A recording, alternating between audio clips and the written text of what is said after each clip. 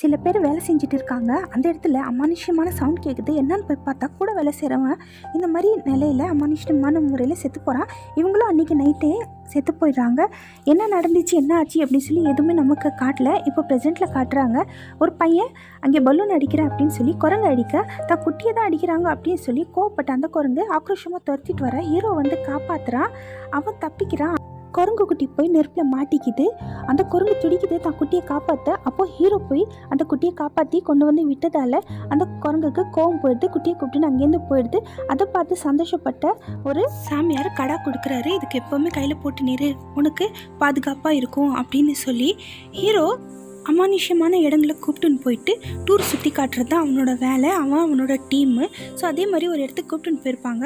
ஆனால் ரியல் அது கிடையாது. இவங்களாம் ஒரு இடத்த செலக்ட் பண்ணி ஃபேக்காக செட்டப் வச்சு பேய் கூட ஃபேக்கு தான் இந்த மாதிரி வச்சு தான் எல்லாரையும் பயமுறுத்தி அவங்க பொழப்பு நடத்துவாங்க. ஆனால் எல்லாரும் பொறுத்த வரைக்கும் அவங்க பயந்துட்டாங்க, பேய் இருக்கிற இடத்த பார்த்துட்டாங்க அப்படி சொல்லி. இவன் மட்டும் எதுவுமே நம்ப மாட்டான். எல்லா டூருக்கும் கூட வருவான். அவங்க போய் சொல்கிறாங்கன்னு சொல்லி கண்டுபிடிக்க அங்கே இந்த ஃபேக்கான பேய் பார்த்து உண்மை நினச்சி ஓடி போயிடுறாங்க. இப்போ மறுபடியும் இன்னொரு டீம் வருது.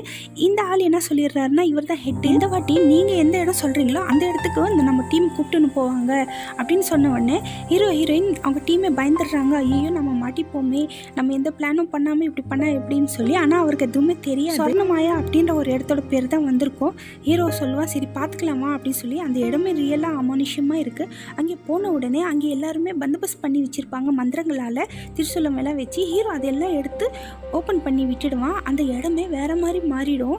ஃபுல்லாக பிளிங்க் ஆகும். லைட்டு அண்ட் மின்னல் எல்லாமே அங்கே இருக்கிறவங்க எல்லாருமே பார்த்து பயந்துடுவாங்க. உள்ளே போன உடனே அவளுங்க தான் வந்து வெல்கம் பண்ணும். சரி அப்போவே பயம் இல்லாமல் உள்ளே போயிடுறாங்க. ஆனால் அந்த வீட்டில் ஒரு பயங்கரமாக அமானுஷ்யங்கள் ஸ்டார்ட் ஆகுது.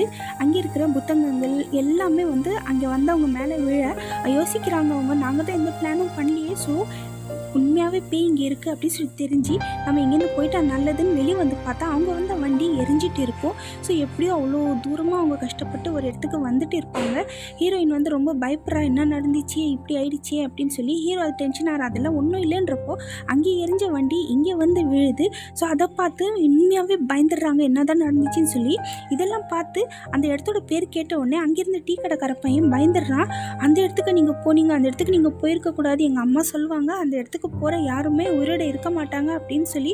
அப்போ நீங்கள் எல்லாருமே செத்து போகிறீங்க அப்படின்னு சொன்ன உடனே அவங்களுக்கு பயமாக இருக்குது, நம்ம அங்கே போயிருக்கக்கூடாதா அப்படின்ற மாதிரி.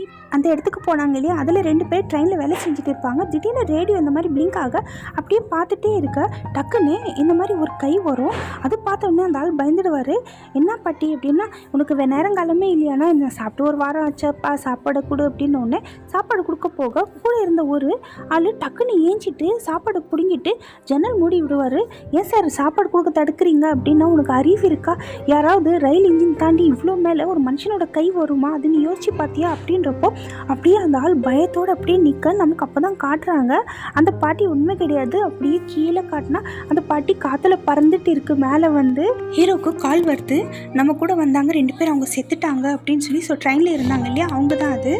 இப்போ ஹீரோ வீட்டில் ரேடியோ மூலியமாக அந்த பேய் பேசுது. நெக்ஸ்ட்டு யார் சாக போகிறாங்க அப்படின்ற பேரும் சொல்லுது. இப்போ நமக்கு அவரை காட்டுறாங்க. யாரோ பின்னாடி நிற்கிற மாதிரி இருக்குது. திரும்பி பார்த்தா அந்த பேய் ஸோ அவங்க பொண்டாட்டி ரூபத்தில் வந்திருக்கு. அந்த பேய் தள்ளி விட்டுட ஹீரோ காப்பாற்ற போயிருப்பான். ஆனால் முடியாமல் போயிருக்கோம். நெக்ஸ்ட்டு யார் அப்படின்னு பார்த்தா இந்த பாப்பா தான். ஸோ பாப்பாவுக்கு ஏதோ சவுண்ட் வருது, பார்த்துட்டே இருக்க டக்குன்னு பேய் வந்து பிடிக்குது. இப்போ நெக்ஸ்ட் அவ்வளோ தான் பாப்பான்றப்போ. ஆனால் ஹீரோ அந்த டைமில் கரெக்டாக வந்துடுறான். வந்து பாப்பாவை காப்பாற்றிட்டு கேட்குறான், நீ பார்த்தி அந்த பேய்? ஏன்னா நான் பார்த்தேன் அப்படின்னு சொல்லி ஒரு குட்டியாக ஒரு ஃபோட்டோ எடுத்து காட்டுது. அந்த ஃபோட்டோ இங்கே சுற்றி பார்க்க வந்தாங்க இல்லையா, அங்கே தான் அந்த பாப்பா எடுத்திருக்கும். ஸோ அந்த பேய் தான் வந்துச்சு அப்படின்னு சொல்ல. இப்போ நேராக போயிட்டு பேய்கிட்டே சேலஞ்ச் பண்ணுறான். உனக்கு தைரியம் வந்தால் முன்னாடி வா அப்படின்னு சொல்லி. அந்த பேயும் அந்த சேலஞ்ச் அக்செப்ட் பண்ணி முன்னாடி வருது.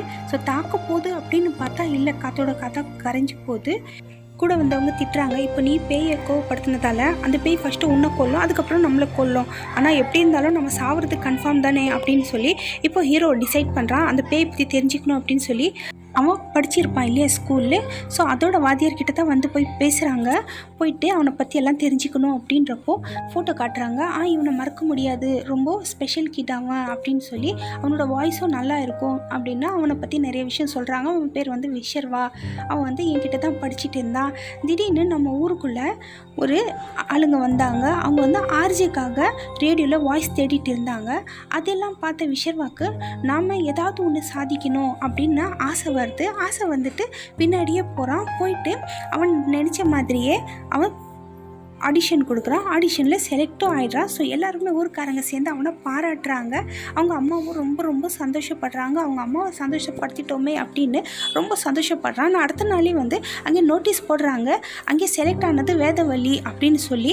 ஆனால் ரேடியோவில் கேட்டது ஏன் வாய்ஸ் அப்படின்னு சொல்லி அவன் கோவமாக அந்த நோட்டீஸை கிழிச்சிட்டு அங்கேருந்து போனான். அதுக்கப்புறம் திரும்பியே வரல. அந்த ரேடியோ ஸ்டேஷனில் அவனை ஏதோ பண்ணிட்டாங்க அப்படின்னு சொல்லி அந்த வாத்தியார் சொல்ல கேட்குறதுக்கு அவங்களுக்கும் கஷ்டமாக இருக்குது. இப்போ அந்த பேய் ஹீரோயினை வந்து பிடிச்சிக்கிது. ஸோ அவன் மூலியமாக ஹீரோவை தாக்கணும் அப்படின்னு சொல்லி தாக்க போய், ஆனால் அவன் என்ன பண்ணிடுறான், ஹாஸ்பிட்டலில் இருக்கிறதால அங்கேயே மயக்க மருந்து எடுத்து இன்ஜெக்ஷன் போட்டு விட்டுட அந்த பொண்ணும் அதே இடத்துல மயங்கி போகுது. ஹீரோ இன்னும் நிறைய விஷயம் தெரிஞ்சுக்கணும் அப்படின்னு சொல்லி ரேடியோ ஸ்டேஷனுக்கு போயிருப்பான்.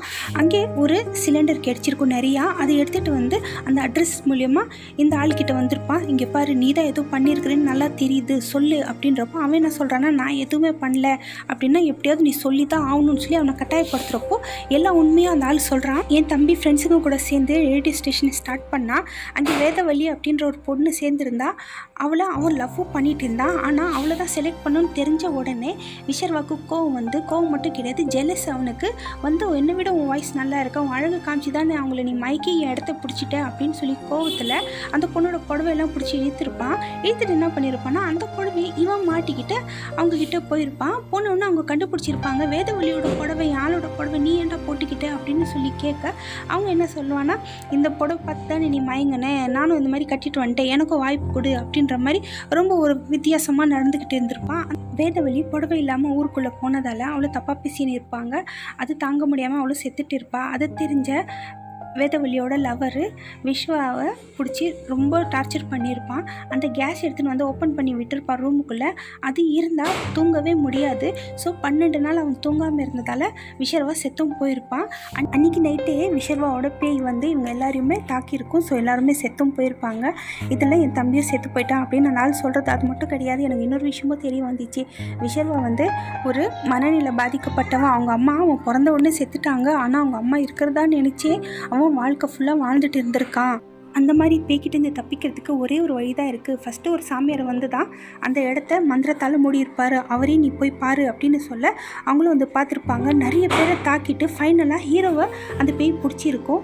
ஸோ ஒரு தாயத்தம் இருக்குது. அந்த தாயத்தம் மூலியம் தான் அந்த பேய் இந்த உலகத்தில் இருக்குது அப்படின்னு சொல்லி தெரிஞ்சு அந்த தாயத்தை போட்டு எரிச்ச அடுத்த செகண்டே அந்த பேய் கட்டுப்பாட்டுக்குள்ளே வந்திருக்கும். ஸோ இப்போ எல்லா பிரச்சனையும் சால்வ் ஆகிடுச்சு அப்படின்னு சொல்லி நிம்மதியாக மூச்சு வாங்குற ஹீரோயின். அப்போ ஹீரோ என்ன பண்ண சொல்கிறான், இது இவ்வளோ ஈஸியெல்லாம் எனக்கு தோணலை, நீ நினச்சி பாரு, அவங்க அம்மாவை பார்க்குறதுக்கு முன்னாடி அவர் ரொம்ப சாதுவாக இருந்திருக்கான், அப்பாவி குழந்தையாக இருந்திருக்கான். ஆனால் இன்னைக்கு அவங்க அம்மா கூட இருக்கிறாங்கன்னு சொல்லி அவனுக்கு ஃபீல் ஆச்சோ அப்போதுலேருந்து தான் அவன் அந்த மாதிரி ஆயிருக்கான். ஸோ இது தப்பு யாருடையது அப்படின்னு சொல்லி நமக்கு காட்டுறாங்க. அவன் சாதுவாக கண்ணாடி வச்சுட்டு இருக்க, அவங்க அம்மாவோட பேய் பின்னாடி நின்றுட்டு இருக்கு. ஸோ இவன் இந்த மாதிரி மாறினதுக்கு அவங்க அம்மாவோட பேய் காரணமா இல்லை இதுக்கு பின்னாடி என்னதான் இருக்குது அப்படின்னு சொல்லி சஸ்பென்ஸாக எதுவுமே சொல்லாமல் முடிச்சிட்டாங்க. உங்களுக்கு புரிஞ்சிருந்தால் மறக்காமல் கமெண்ட்டில் சொல்லுங்கள். வீடியோ பிடிச்சிருந்தா ஒரு லைக் போட்டுடுங்க. தேங்க்யூ.